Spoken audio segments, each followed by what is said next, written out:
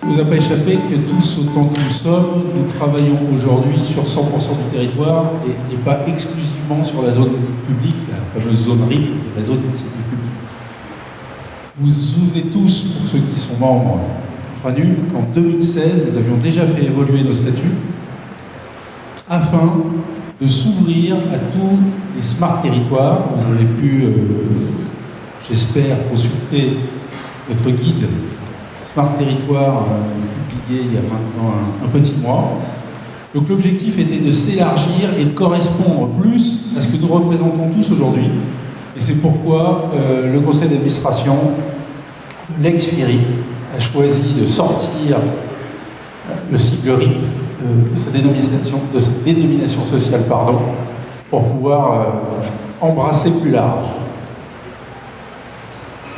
Je vais tout d'abord remercier Bavin pour l'organisation de cet événement et pour nous avoir permis, nous, Infranum et la Caisse des dépôts, la Banque des territoires, de vous présenter notre observatoire. Alors notre observatoire, vous le savez, c'est sa 6e édition, la première a eu lieu en 2013. La Caisse des dépôts nous a rejoint, mon cher Gaël, en 2014.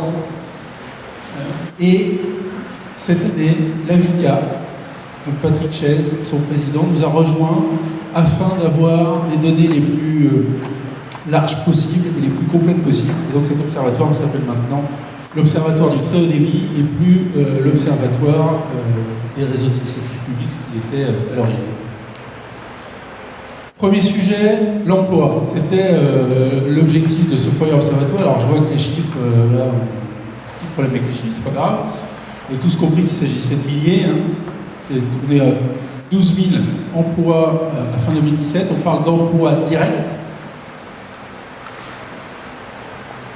Vous voyez que la perspective nous emmène en 2022 à 28 000 emplois directs. Et c'est évidemment le sujet principal que vous partagez tous ici dans cette salle. C'est évidemment le recrutement, l'embauche, la formation, qui pour toutes nos entreprises, pour toute notre industrie, est notre problème majeur auquel on doit faire face.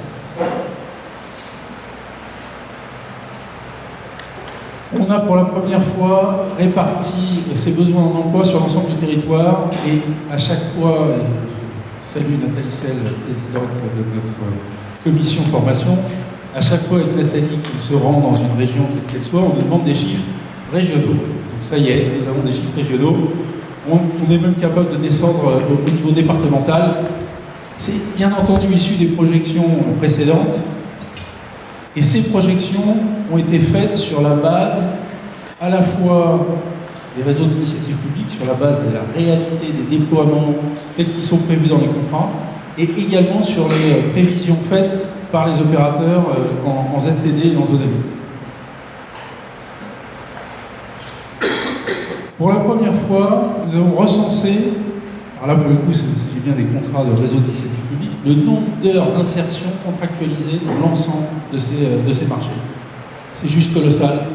Vous voyez, 7 millions d'heures d'insertion contractualisées dans le cadre des contrats de DSP. Particularité des contrats de DSP, vous le savez tous, c'est que ces contrats sont soumis à pénalité, et il y a notamment des pénalités en cas de non-respect de ces heures d'insertion. 30 € en moyenne. Je viens de lire un contrat où c'était même 60 €, je vais dire Luc Garcia, je salue Pierre Almoin au passage, Pierre Alpsobeka, partenaire de cette magnifique manifestation. Donc c'est important, c'est évidemment important pour les collectivités territoriales de mobiliser l'insertion. Pour nous, vous le savez tous, c'est un moyen de sourcer, même si j'aime pas le terme, des profils pour nos chantiers, même si on va se le dire ici, on est entre nous. Pas toujours les meilleurs profils que trouver en insertion, néanmoins, ça permet malgré tout d'assurer un retour à l'emploi pour les titulaires du RSA notamment. En matière de déploiement de prise, ces projections ne sont pas celles du gouvernement. Et vous pouvez voir ici, vous voyez qu'on a mis de l'AMI en 2021-2022. En toute théorie, les engagements des opérateurs sur l'AMI, c'est fin 2020. On sait tous que ça n'arrivera jamais. On ne finira pas le déploiement en zone AMI en 2020. Donc c'est pour ça qu'avec l'IDAT, c'est toujours l'IDAT qui réalise pour notre compte cet observatoire, on a décalé une partie des prises sur 2021-2022, on a mis 1 million en 2021, 1 million en 2022. Ça, c'est ce qu'on a fait tous collectivement en 2017. Pour tenir cette prévision, qui encore une fois n'est pas celle du gouvernement, c'est du gouvernement encore plus optimiste, on doit atteindre 4 millions de prises en 2018. Vous avez tous vu les chiffres de l'ARCEP, premier trimestre 2018, 660 000 prises. Donc on sait d'ores et déjà que nous ne ferons pas 4 millions de prises en 2018.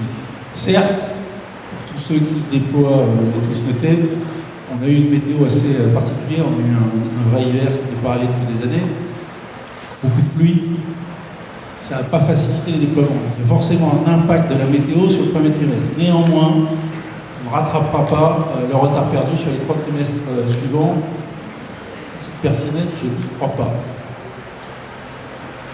Donc vous voyez qu'on est censé atteindre un pic à 4,4 millions de prises en 2019-2020.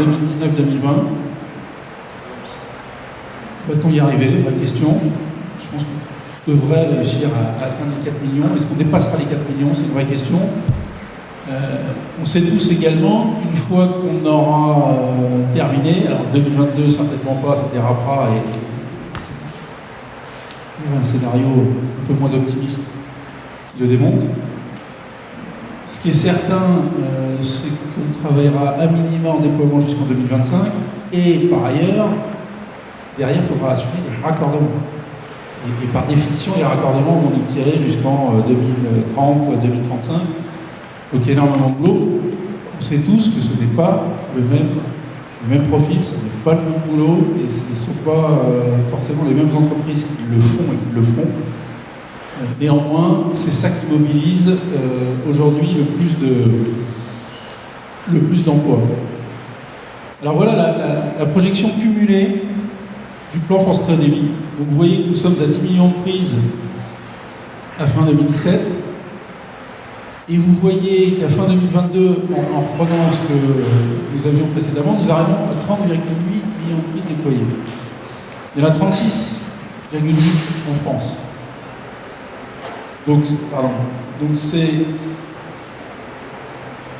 6 là, ça veut dire qu'en 2022, 6 millions de foyers et d'entreprises, plutôt de foyers, ne sont pas raccordés en fibre optique. Ça a toujours été prévu comme ça. Dans le plan France Très Haut Débit, dans sa version d'origine, en 2013, c'était déjà prévu comme ça. Il n'a jamais été question qu'en 2022, 100% des foyers soient fibrés. Néanmoins, vous avez tous entendu le souhait du président de la République, 100% en très haut débit en 2022, avec la définition actuelle du très haut débit, 30 mégabits par seconde. Et donc il s'agit bien de technologies alternatives qui iront chercher les 6 millions de foyers qui manquent ici, notamment en radio, RTTH, 4G, 5G, satellite. Il s'agira bien de radio et non de fibre.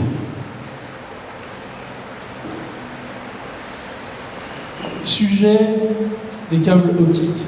Tension sur l'approvisionnement en câbles. Vous savez tous que c'est une réalité.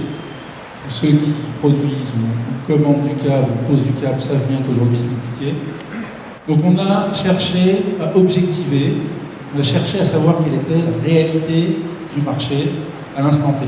Donc l'IDAT a interviewé un certain nombre d'acteurs, vous voyez, des câbliers, des intégrateurs, des opérateurs, afin d'essayer de comprendre quelle était la réalité du marché. Je ne vais pas vous faire l'insulte de vous rappeler ce que c'est qu'une préforme. Vous savez tous que la pénurie vient de ces fameuses préformes. Vous savez qu'il existe 5 constructeurs dans le monde.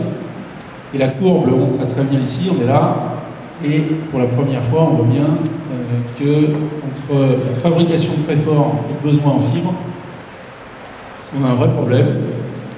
Ce problème vient principalement d'un seul et unique pays, la Chine. Ce n'est pas la seule industrie qui est perturbée par la consommation chinoise. Néanmoins, vous voyez la progression, 2008, 30%, aujourd'hui 58%. La Chine, à elle seule, représente 58% de la consommation de la consommation de fibres dans le monde. Nous, Français, quand bien même nous sommes premiers en Europe, on représente dans le monde 2,2%. Alors, vous vous souvenez que j'ai défrayé la chronique à San Francisco parce que j'avais osé évoquer un sujet de force majeure. 2,2%, c'est-à-dire qu'on n'est absolument pas maître de notre destin. On a beau être les premiers producteurs de câbles optiques en Europe, on ne consomme que 2,2% face à la Chine, 58%.